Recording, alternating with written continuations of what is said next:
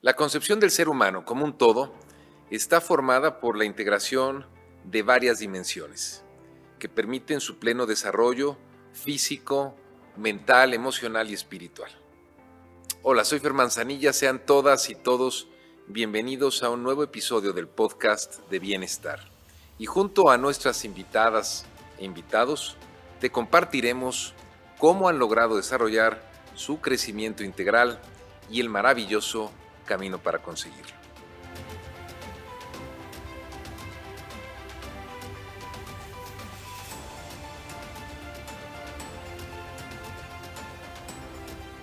Hoy nos acompaña Patricia Zorrilla, Pati. Ella es egresada de la Universidad de las Américas de Puebla, es licenciada en Ciencias de la Comunicación, tiene una maestría en Programación Neurolingüística, también una maestría en Administración de Instituciones Educativas y también una maestría en Ecología Emocional. Es directora general del Colegio Green Valley School y Patti también es pilar del programa UNO Internacional, desempeñándose durante 12 años como directora académica nacional, donde tuvo a su cargo la implementación del modelo en los colegios, las capacitaciones y los congresos. Actualmente es directora de Relaciones Institucionales, asesora educativa y también speaker frecuente en congresos de padres, de docentes y de directivos. Pues bienvenida a ti a este espacio, a este podcast que se llama Bienestar. Y bueno, pues como su nombre lo indica, hablamos de temas que tienen que ver con el estar bien, con el bienestar. Incluso hace poco fue el Día Mundial de la Felicidad, se publicó el estudio que hace la ONU, donde mide a distintos países en los niveles de felicidad. Y el concepto que utilizan los americanos para medir la felicidad, porque la felicidad luego no es subjetiva o es difícil de medir, pero se mide. Y la medición se hace a través de lo que llaman el bienestar subjetivo, que es el bienestar que cada persona tiene o estima que tiene o percibe, ¿no? De hecho, la pregunta específica que se da es cuál es tu nivel de satisfacción de vida. Entonces, bueno, pues este es un espacio donde hablamos justamente de eso, del bienestar, que es un tema pues bastante concreto, pero bastante amplio, porque todo lo que hacemos en la vida lo hacemos, digo yo, porque pensamos que nos va a dar bienestar. No necesariamente nos lo da, pero pensamos que nos lo va a dar, ¿no? De manera consciente o inconsciente. Y yo a veces digo que el problema que tenemos es que cuando venimos a esta vida no nos dan como un manual operativo, ¿no? O sea, no nos dicen, no nos explican qué es lo que hay que hacer para estar bien, porque todos queremos estar bien, nadie quiere estar mal. Y yo digo que eso incluso tendría que ser algo que tendría que enseñarse como parte del proceso educativo, así como te enseñan matemáticas, español, gramática, historia, pues tendrían que enseñarte qué implica estar bien, cómo puedes estar bien. Hay mucha investigación ya sobre esos temas. Y bueno, hoy es interesante porque yo tuve una plática contigo hace mucho en un Zoom, en la época de la pandemia, y tú justamente has estado en la parte educativa. Cuéntanos un poquito de tu experiencia en general en la parte educativa y luego, si quieres, entramos a todos estos temas de bienestar. ¿Qué es lo que has hecho ahí? ¿Cómo entraste? ¿A qué te dedicas y por qué te apasionó ese tema? Claro que sí, Fer. Pues muchas gracias por la invitación. Y bueno, les platico que yo entré a la educación por este inmenso amor que tengo a los niños, ¿no? Ok. Siempre los niños para mí desde muy chica me llamaron ¿Te la encantaba? atención, me encantaban. Y luego, bueno, en mi camino formativo tomé clases toda la vida, o sea, más allá del colegio, mi mamá todas las tardes me tenía en clases de muchas cosas y entendí que la educación era un arma muy importante, ¿no? Claro. Un arma poderosa. El conocimiento. Pues no solo el conocimiento, ¿no? Quizá el conocimiento se olvida. Uno de los idiomas que aprendí y que llegué al nivel máximo en México, en la Alianza Francesa, con puros adultos, fue el francés, ¿no? Y después de varios años de no practicarlo, hoy no me dejas en París y sí me doy a valer, pero Okay. en realidad no tengo el nivel que tenía, ¿no? Entonces los conocimientos, y más que en este país y de tradición, es que la educación es como muy a nivel de memoria, ¿no? Entonces la memoria falla y, bueno, el conocimiento se puede ir, pero las habilidades que adquieres, sobre todo pensando estas power skills que hablamos, ¿no? Que ahora a las habilidades blandas se les empieza a reconocer como las habilidades de poder, las que te empoderan. Creo que esas te las dan una serie de cosas que vives en la educación. Claro, si corres con suerte de un modelo educativo, si corres con suerte de un entorno que lo favorece, ¿no? Por eso es tan importante lo que yo fui viviendo para llegar a decidir si me voy a dedicar a la educación, qué de lo que yo viví me tengo que traer a lo que voy a hacer y qué definitivamente lo tengo que transformar. Que no quiero que vivan ni mis hijos, que eran mi principal motor, no estaba ni casada, pero tengo hijos, yo que quiero que ellos vivan en la educación, que quiero que se viva en mi colegio y bueno, tuve la suerte de reunirme con un par de socias que coinciden conmigo, que buscan este mismo ideal de la educación y así fue que iniciamos en este camino, ¿no? Pensando la educación que fuera para nuestros hijos como queríamos que fuera. Y, por ejemplo, ¿qué cosas, interesante, porque estábamos hablando justamente de tener educación que sea útil para la vida, ¿no? ¿Qué cosas dejaste, mantuviste o alientas en ese proceso modelo educativo y qué cosas dijiste esto no sirve? Bueno, nosotras nos propusimos varias cosas. Primero, toda esta parte humanista, ¿no? Y en el humanismo nosotros nos centramos en que nuestra columna vertebral fuera el desarrollo socioemocional, ¿no? Del niño, niña. Del niño, niña y por lo tanto de la comunidad. Nuestros docentes son pieza clave, ¿no? Tenemos que dotarlos de herramientas pues para que ellos puedan trabajar con los chicos. O sea, el desarrollo socioemocional, que el niño o niña tenga un desarrollo socioemocional óptimo. Claro. Y tú dices que eso tiene que ver con un concepto de humanismo. Claro, por supuesto, porque bueno, finalmente somos seres integrales, ¿no? Y creo que por muchos, bueno, todos los años, ¿no? Desde Vasconcelos hasta la fecha, la escuela es considerada como el lugar para venir a aprender conceptos, teorías, a adquirir información. ¿Y qué crees? Esa se adquiere en el mundo, en la vida, ¿no? En realidad la escuela, quizá en algún momento cuando inició formalmente, era una manera de hacer llegar la información, los contenidos, las teorías a todo mundo, porque pues la tenían unos cuantos, ¿no? Claro. Hoy que cada vez es más fácil acceder a ella, claro, pues la escuela se tiene que reinventar, ¿no? Entonces, bueno, sí para nosotros era decir, bueno, vamos a complementar toda la parte de contenidos y de conocimientos y de saberes. Sí, por ejemplo, antes yo llegué a tener maestros, bueno, yo creo que todos llegamos a tener maestros o maestras, que el tema era de memoria, te tenías que memorizar ciertas cosas, ¿no? Y si lo explicabas con tus palabras te reprobaban, porque no, es que quiere decir lo mismo, no, pero no lo dijiste así. Llegaban y te dictaban, yo tenía un profesor de Historia Universal, te dictaba, o sea, la clase era dictar, entonces toda la clase tú te la pasabas apuntando, ¿no? Y miles de planas, y, ¿no? Claro, muy bonita letra, que eso sí, algo que hoy falla, ¿no?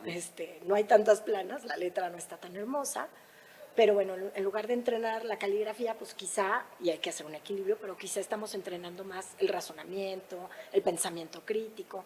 Pero bueno, la base socioemocional es muy importante porque no podemos, aunque sepamos muchísimo, si no tenemos habilidades para relacionarnos, para vincularnos, para ver hacia adentro, conocernos, pues con qué pocas herramientas estamos intentando afrontar la vida, ¿no? Y he sabido que muchísima gente que sabe mucho, tiene maestrías, doctorados, sí, pero sus capacidades de involucramiento, de interacción, de participación, quizá lo tienen pues minado con todo el saber que tienen, ¿no?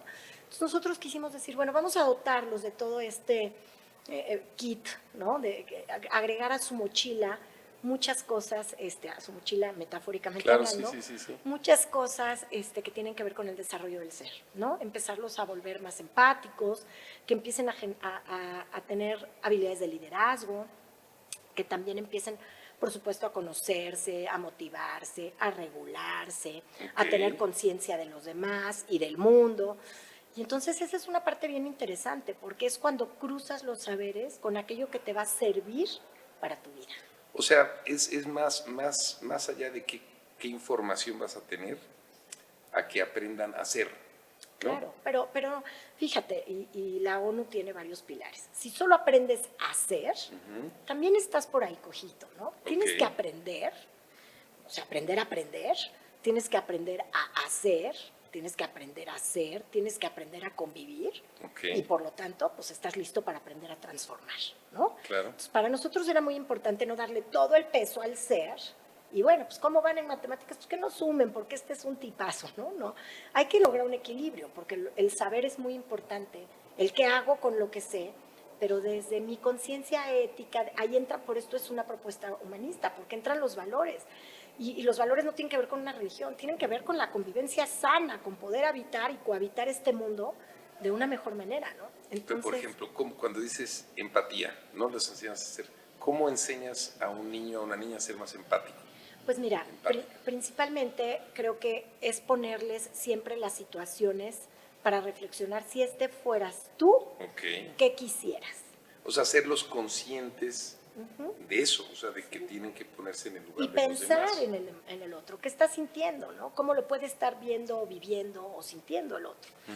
Y cuando tú lo empiezas a hacer con ellos desde muy pequeños, es que quizá defíneme empatía, ¿no? Pues a lo mejor no lo tienen tan claro, pero mira, te voy a contar una anécdota que es hermosísima y poderosísima a la vez, ¿no? Nosotros trabajando este tema de asertividad, empatía, todo lo que te cuento, y un día estoy en una sala de juntas del colegio anterior que teníamos, vaya, de las instalaciones anteriores, y estoy con directores y dueños de colegios que nos visitaban de otros estados para conocer cómo trabajábamos, y platicándoles del modelo de Green Valley, y de repente llega una chiquita, Ana Sofía, ya no es mi alumna, ya de ir en la uni, y llega a decirme llorando que me venía a acusar a la Miss, no voy a dar el nombre porque sigue siendo mi Miss, pero fue el mejor ejemplo.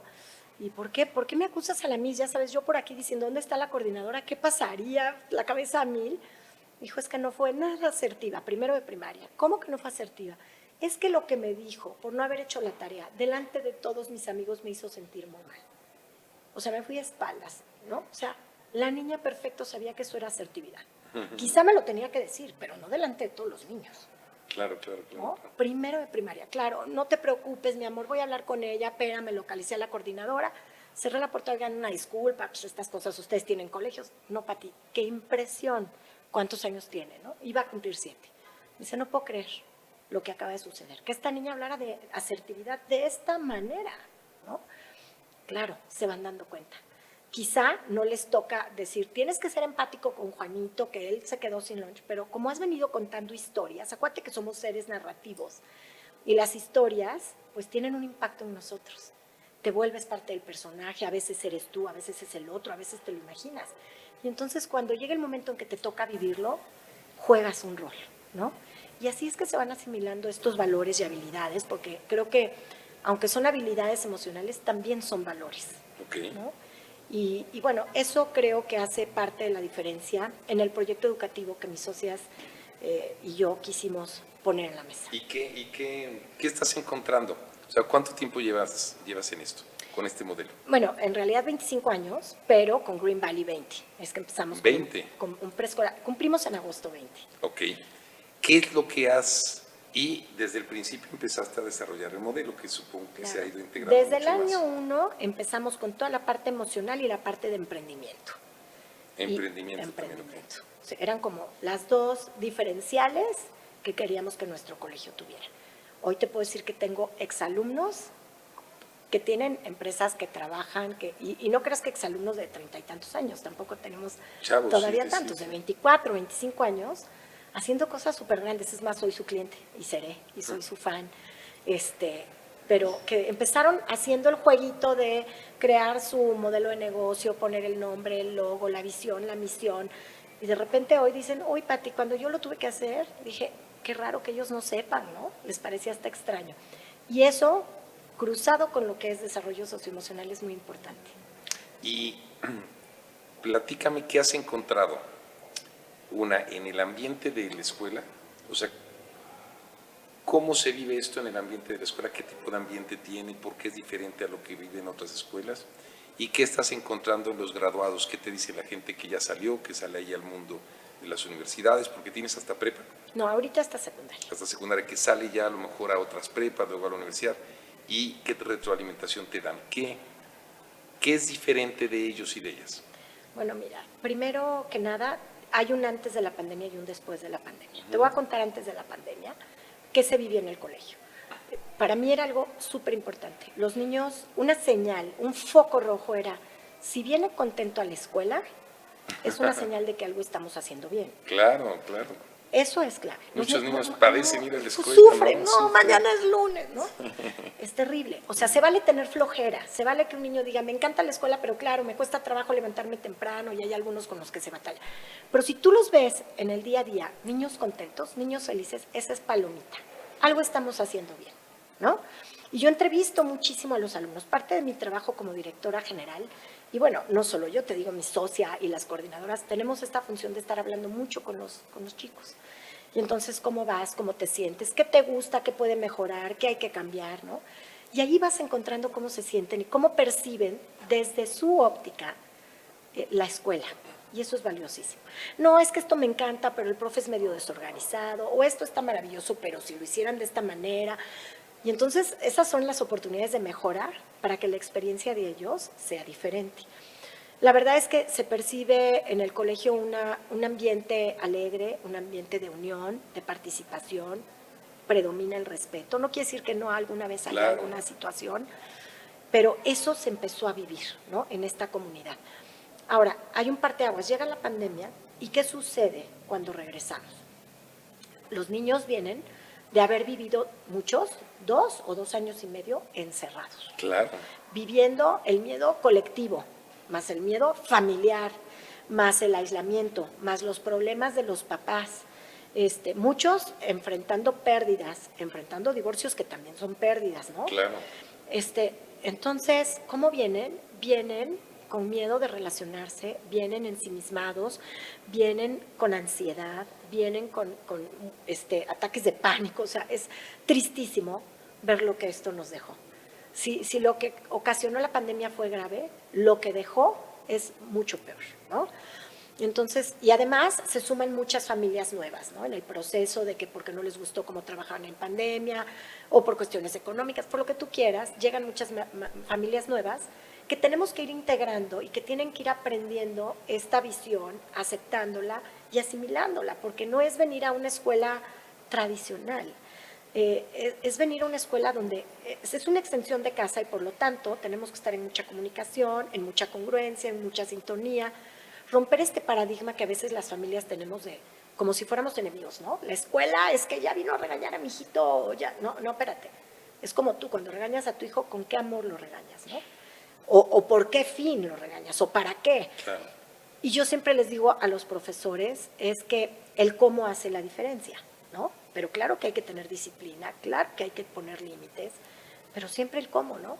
Lo que estás haciendo no está bien por esto, a hacer una falta de respeto, te grito más fuerte, ¿no? ¿Y quién tiene la autoridad? ¿No? Entonces, hoy nos encontramos con una comunidad dolida, lastimada de alumnos y con unos cuantos que sí conservan y que tuvieron un privilegio de un entorno diferente. Y entonces esos cuantos nos ayudan a empezar a levantar a los demás. Pero estamos como, ya sabes, entre las cenizas rescatando chicos que llegan y que no quieren hablar con nadie, o chicos que viene alguien más y no le quieren hablar, chicos que hoy que ya podemos estar sin cubrebocas y que pues no se lo quieren quitar más que para comer, o sea, siguen con miedo.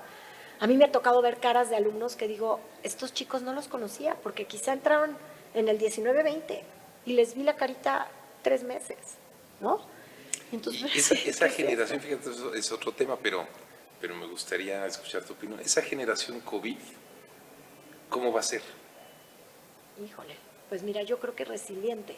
Resiliente. Yo creo que la característica que va a predominar es la resiliencia, pero el proceso de sanación es un proceso que toma tiempo, que requiere intervención en algunos casos y que quizá los papás y los adultos no siempre están conscientes de ello, ¿no?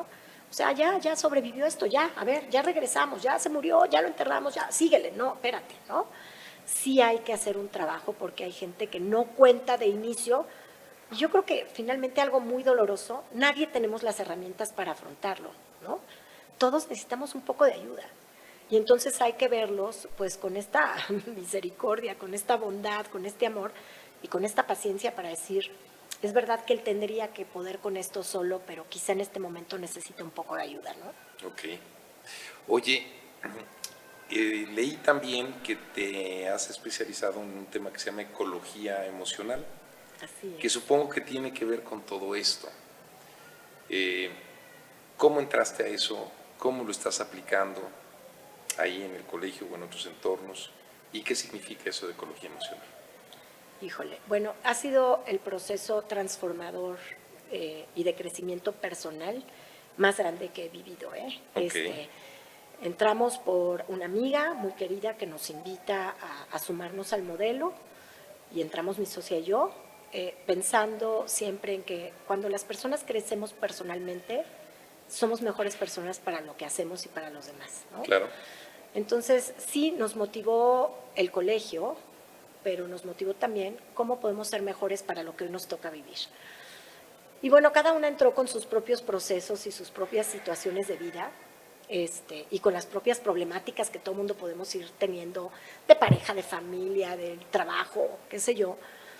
Y fue encontrarnos con un modelo que te hace ver tan adentro, Fer, darte cuenta que crees que te conoces y que quizá tú misma estás como en este escenario jugando un rol de yo soy Patti, la mamá, la Miss, siempre he sido alegre, divertida, entonces esta soy yo, pero quizá en este momento de mi vida ni estoy tan alegre, ni estoy tan divertida, pero eso es lo que yo me cuento, ¿no? O quizá al contrario. Es tu personaje, digamos. Es el personaje que juegas. O quizá al contrario, me compro que soy la víctima, que estoy pasando por un mal momento y entonces descubrir que todos tenemos como estas máscaras y que jugamos estos roles y que es válido porque en cada momento de nuestra vida pues uno tiene que afrontar con lo que puede y como puede, pero mientras más te conoces, más empiezas a asumir la responsabilidad de lo que vives y lo que sientes, ¿sabes? Como que previo a esto es mucho pensar, es que si esto no me hubiera pasado, quizá yo fuera otra, ¿no? Si yo no hubiera vivido esto otro, quizá mi forma de ser sería otra, ¿no? Yo tuve una pérdida muy fuerte, irreparable. Mi hermano, que era mi mejor amigo, falleció en un avionazo a los 28 años. Entonces fue como un parteaguas también en mi vida. Y yo siempre, claro, es que si Fede no se hubiera muerto, Federico, mi hermano, no se hubiera muerto, ¿qué hubiera ocurrido, no? Pues, ¿qué crees? Eso es una excusa. Fede tiene 22 años de haberse ido, ¿no? Claro. Entonces, yo no puedo seguir cargándole a Fede, a la vida, a Dios o a quien fuera, esta responsabilidad de lo que hoy soy, que quizá no es porque fuera mala, ¿no? Pero quizá mis ratos tristes, miedos, inseguridades, ¿no? Él no tiene por qué cargar con esto es mío, ¿no? Entonces es como asumir estos problemas que tengo, no los tengo porque el otro no sea como yo soy, porque sea nefasto, porque sea nefasta, no. O sea, me encontré con un modelo que me enseñó y me hizo entender que tienes en la vida dos opciones, crear o destruir. Y que a veces el papel pasivo de decir, no, bueno, quizá no me corresponde aquí, no puedo hacer nada en esto, y mantenerme pasiva, espectadora ante ese punto, pues me hace ser parte del problema, de la destrucción. Porque el no hacer algo también representa. Es una decisión, no hacer algo es una decisión. Y tiene impacto. Tiene impacto, claro. Entonces, eso fue como algo maravilloso, ¿no? Encontrar que todo lo que uno vive, que no lo puedes cambiar, llega y está ahí. Algunas cosas las puedes cambiar, sí, pero lo que sí puedes cambiar es tu actitud, tu forma de pensar, porque tus sentimientos, tus emociones tampoco, pero tu forma en la que afrontas eso, tu forma en la que te abrazas, agradeces, pero también sueltas lo que tienes que soltar, ¿no? Pero eso implica, déjame tratar de entender, eso implica que para cada situación que uno enfrenta, debiéramos estar conscientes que en cada momento hay esa opción de construir o destruir. Totalmente. Que no hacer nada puede ser destruir. Claro. O no hacer nada puede ser construir también, ¿no? No, no hacer nada va para la destrucción. ¿Va para la destrucción? O sea, claro, claro. Por ejemplo, no hacer nada en una situación de conflicto, que ves que hay un conflicto. Tú estás dejando como espectador que ese conflicto continúe. Ok. Cuando tú haces algo, oigan, tranquilos, llamo a la policía, intervengo, los pongo en paz. Ok. Hiciste algo para que eso bajara, ¿no? Ok. Quizá no lo pudiste detener por completo, ya se están agarrando a golpes, pero el que yo me pegara el claxon, el que yo hiciera un grito, algo hizo. Implica ser permanentemente proactivo, Claro, ¿no? permanentemente proactivo, ¿no? Y ser consciente de eso. Y ser consciente de que todo lo que hago tiene un impacto. Ok. Igual que lo de que dejo de hacer. ¿Qué impacto quieres que sea el que dejes? ¿Cuál es la huella que quieres tú dejar, no? Entonces, Por eso se llama ecología. ecología porque, bueno, la palabra y sus raíces, pues viene de casa, ¿no? Ok. Sí, Entonces, esta forma de pensar cómo cuido, cómo veo, cómo estudio la casa, pero en este caso la casa de las emociones. Que hoy la neurociencia nos dice, ¿qué crees? La casa de las emociones influye e impacta en el pensar, en el razonar, en la toma de decisiones. Entonces, no solo es porque, ay, voy a ser súper zen, porque hay quien dice, ay, bueno, ya casi, que, ¿qué están haciendo aquí, no? Pero no, es que si tú quieres pensar con un raciocinio claro, con una mente completamente alineada a la realidad, tomar mejores decisiones, poner más atención, tener una mejor concentración, sí necesitas saber gestionar las emociones. Claro. Porque si no, estas impactan hasta en ello, ¿no? Claro. Entonces, date cuenta de lo importante que es la parte de la ecología emocional. Ahora, la ecología emocional en sí misma no solo te habla de ti, empiezas por ti, porque uno no puede dar lo que no tiene. Pero finalmente... ¿Por ti en tus emociones o en tus acciones o en las dos? En todo, porque es que no hay nada que se quede solo en el pensar.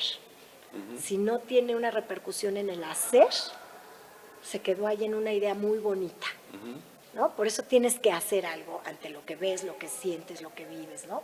Por eso destruyes o creas, ¿no?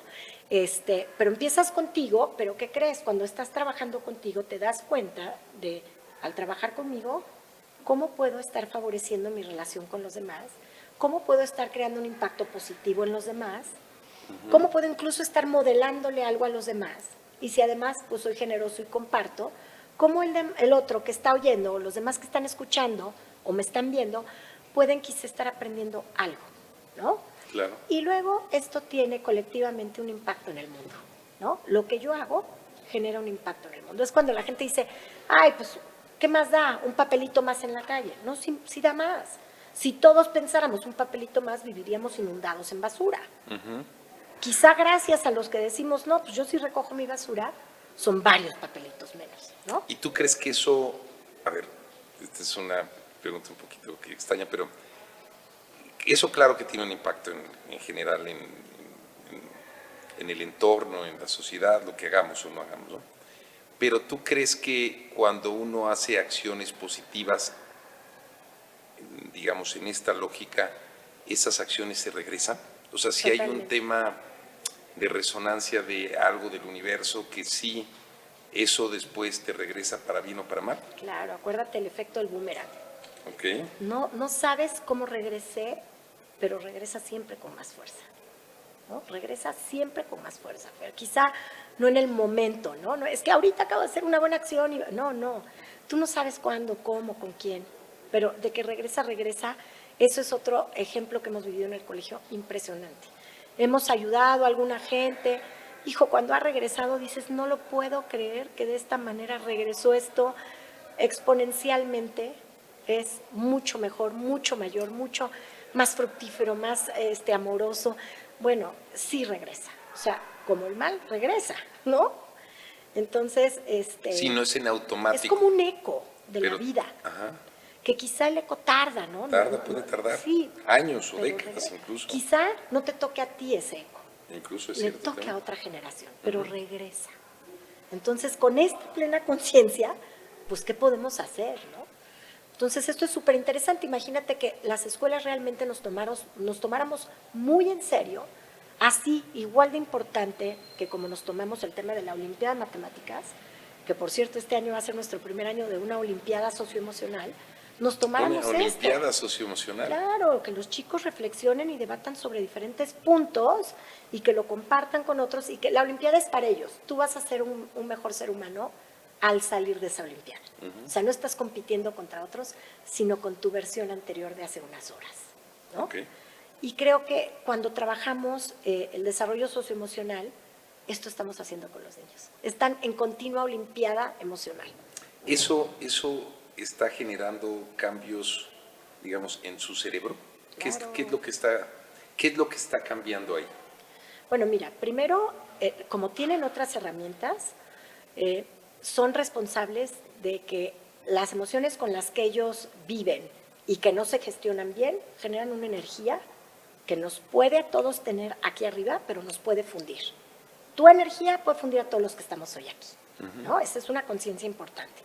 Por lo tanto, asumen la responsabilidad de la participación en el clima de los diferentes ecosistemas en los que se mueven, en su familia, en la escuela, en el trabajo. O sea, de cómo lo que ellos hacen, su energía impacta en su casa, con sus amigos, Claro, en todo. claro. Entonces generas un clima. Claro. Tu energía más mi energía más todas nuestras energías generan un clima.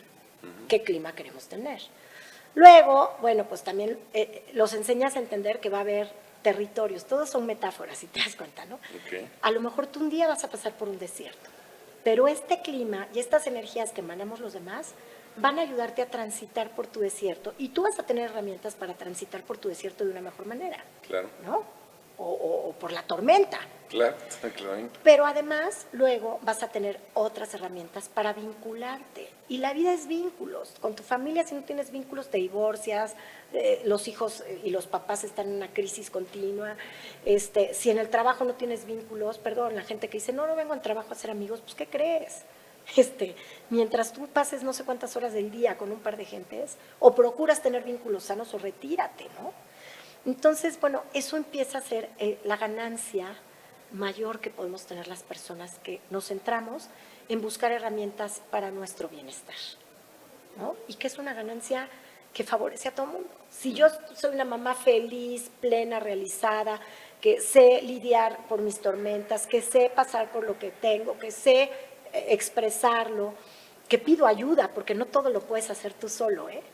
Yo me acuso de que, bueno, no, tengo que estar yendo a mis terapias, me meto a muchos cursos, leo muchísimo, hago mindfulness, o sea, muchas cosas, porque empiezas a encontrar que solo quizá no puedes, ¿no? Claro. Dios, no sé, cada quien tiene que ir encontrando sus caminos para tener esas otras ayudas para estar bien, para gestionar lo que la vida te pone y que es irremediable, ¿no? Yo no puedo traer a mi hermano de vuelta, ¿no? O no puedo tener un par de cosas resueltas como yo quisiera, pero sí puedo cambiar mi postura ante ellas. Y podríamos decir que por ejemplo, este concepto de ecología emocional al final es un concepto, una forma de entender la vida o el mundo, entenderse a uno mismo que te genera bienestar. Totalmente. ¿No? Es una herramienta para el bienestar. Es lo que promueve la ecología emocional.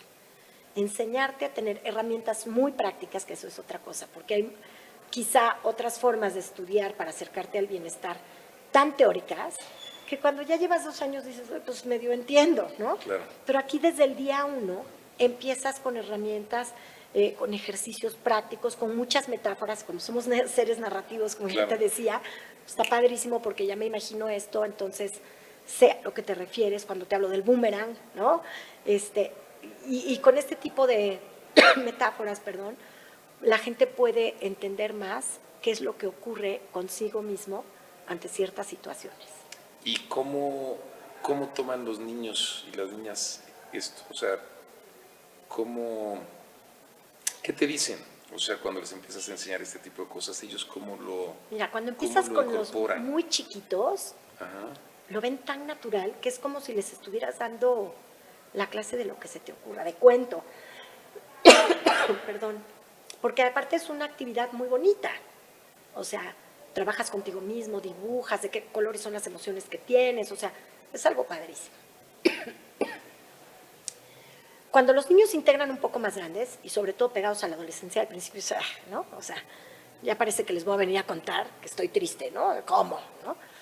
Cuesta un poco más de trabajo, pero como hay niños que son más sensibles, que quizás sus entornos han favorecido para que ellos se conozcan mejor, gestionen mejor, o porque ya vienen de haber hecho un trabajo previo, ese ejemplo de otro que abre su corazón y que dice esto y a mí me sirve y que quizá algún día salen lágrimas, hace que los demás empiecen como a entrar en este canal y en este clima de, hijo, qué importante es saber de uno mismo y qué importante es que quizá lo que veo en el otro yo lo he pasado, pero en otra situación.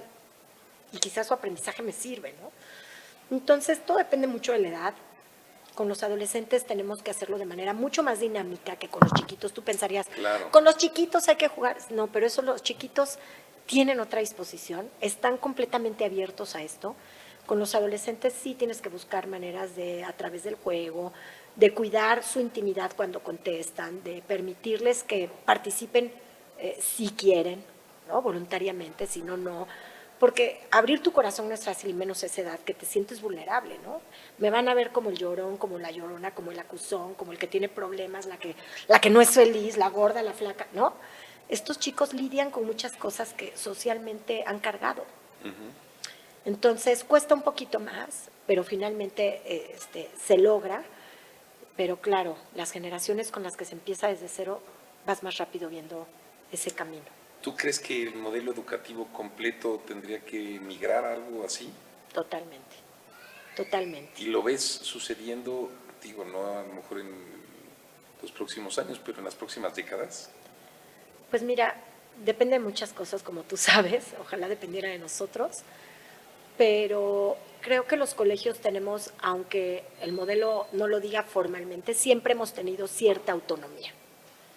Mientras más se generen estos espacios formativos para los docentes, para los maestros, los directores, quizá aunque el currículo no lo concebiera, creo que todos los educadores quisiéramos eso porque nos sirve a nosotros, nos sirve con nuestros alumnos y les sirve a ellos, ¿no? Ahora, que el currículo lo tenga, yo creo que ya se ha hablado y se ha hecho un caminito por ahí y yo no creo que se vaya a tirar completamente a la basura, creo que al contrario, quizá va a tomar varias décadas, a lo mejor una o dos, en que se le dé la importancia que amerita esto, ¿no?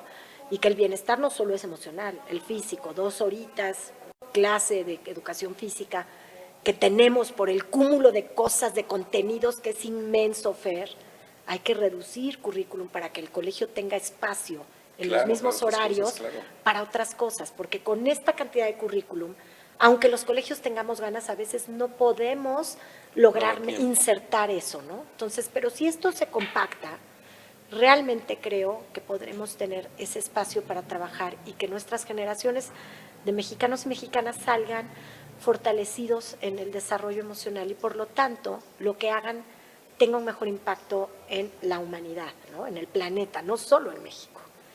Y creo que pues esa es una responsabilidad que tenemos todos, porque muchas veces el primer enemigo de la escuela a veces puede ser el papá, ¿no? El papá quiere más idiomas, más, es que en tercero de primaria en la otra escuela ya escriben, le encantan, bailan en japonés, y entonces ¿tú qué haces? Y entonces los colegios que no se mantienen firmes porque la competencia te hace presión, pues quizá quieren entrarle a un poco a todo y sueltan muchas cosas como estas, ¿no? Que estas no son visibles de primera instancia. El desarrollo socioemocional no es que digas, oye, mira, mi hijo se sacó 10. Quizá lo ves ante una situación de crisis, pero no es algo que, oye, ya sabe todo esto, ¿no? Claro. Es más, la niña que vino a decirme lo que dijo, o sea, fue cuando los directores me dijeron, oye, habló de asertividad, que yo dije, es verdad. Yo misma, en ese momento, que te digo, fue hace 15 años, como que estaba yo sintiendo pena de que tocara todo este show aquí, ¿no? Me costó un momentito. Me imagino un papá que ni sabe que le están dando asertividad y dice, sí, qué bárbara la Miss, o no seas llorona, o sea, ve tú a saber, ¿no?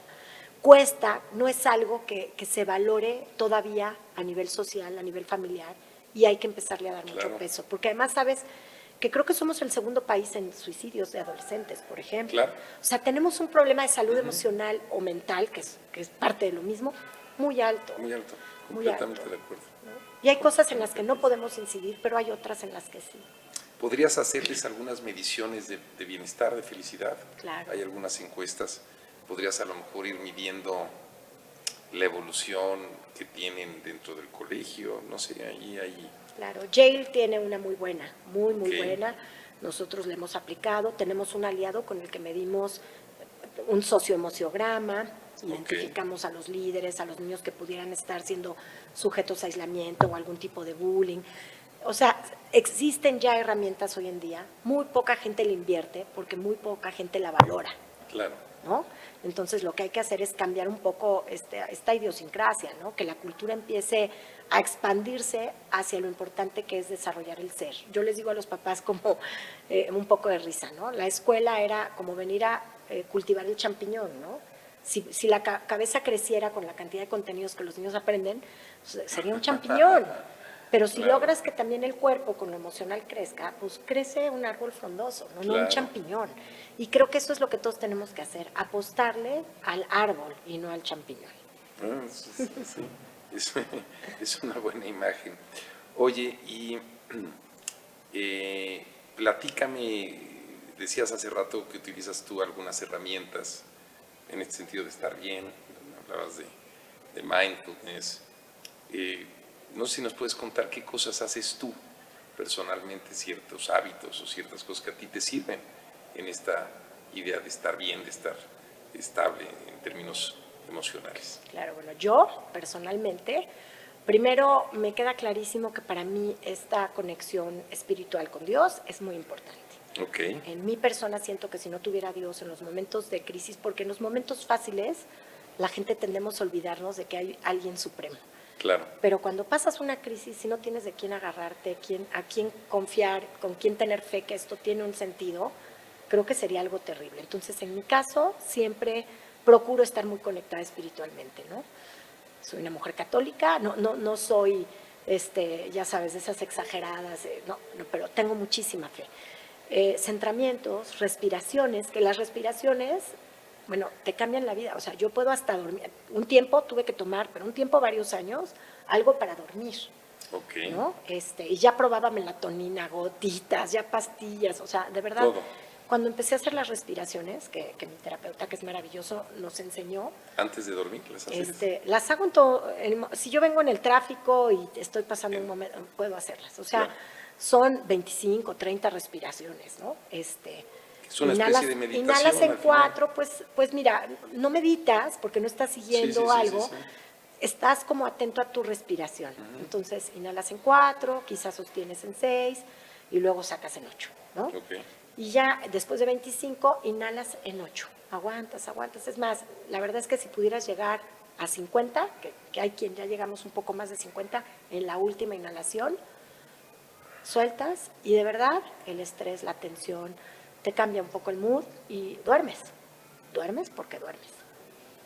Entonces, bueno, hago mis respiraciones, quizá más que un mindfulness como lo conocemos de centramientos, que tienes un poco que llevar una guía. A mí me sirve más respirar porque me distraigo fácilmente y mi mente divaga y entonces de repente hay que decir, bueno, está bien, tengo ahorita una comida que es real, pero regreso a mi respiración, ¿no? Y en cambio, si estás oyendo solo un audio, de repente te vas y ya estás pensando de este audio a otro lado. Hago respiraciones, bueno, tengo un tiempo para orar, tengo terapias, yo tomo terapias, bueno, de repente las puedo suspender 2, 3 meses, así, pero eventualmente vuelvo hasta para decir estoy bien, me siento en este momento de mi vida muy plena, o quizá estoy plena, pero está surgiendo este problema, mis hijos, la familia, mis papás, o sea, todo puede generarte algo que te mueva. Yo siempre recurro a una ayuda, porque aparte las terapias que hoy se viven, no son estas que te dicen qué te pasa, cómo lo resuelvas, sino que te ayudan a escucharte, ¿no? Te ayudan a entenderte y entonces encuentras un camino. Reproceso, que eso es algo que se los recomiendo muchísimo y creo que es otro programa, no daría tiempo, pero estuve en una clínica, la clínica más importante de estudio del cerebro, que la más grande para estudiar el cerebro, tiene la mayor metadata del mundo y me empezaron a platicar muchas cosas de la cuestión de salud emocional y salud mental y me dijeron, los seres humanos estamos llenos de experiencias quizá traumáticas, pero tú dices, ay, no va a ser trauma que lo cambiaron de escuela, ¿no? Ay, que esto no puede ser un trauma, pues para él sí, es el trauma más grande que ha vivido, ¿no? Cuando tú reprocesas, que es una técnica cuántica de movimiento ocular, EMDR, te ayuda a reprocesar esa emoción, porque para el cerebro no hay tiempo ni espacio. Entonces, claro. Yo viví la muerte de mi hermano hace 22 años, no, pero en mi cabeza es como si fuera ayer. Claro. Cuando yo empecé a reprocesar, claro, me acuerdo de mi hermano y quizá a veces estoy triste o lo extraño, quizá alguna vez se me puede salir una lágrima, pero ya no es como la herida como si fuera ayer. Claro.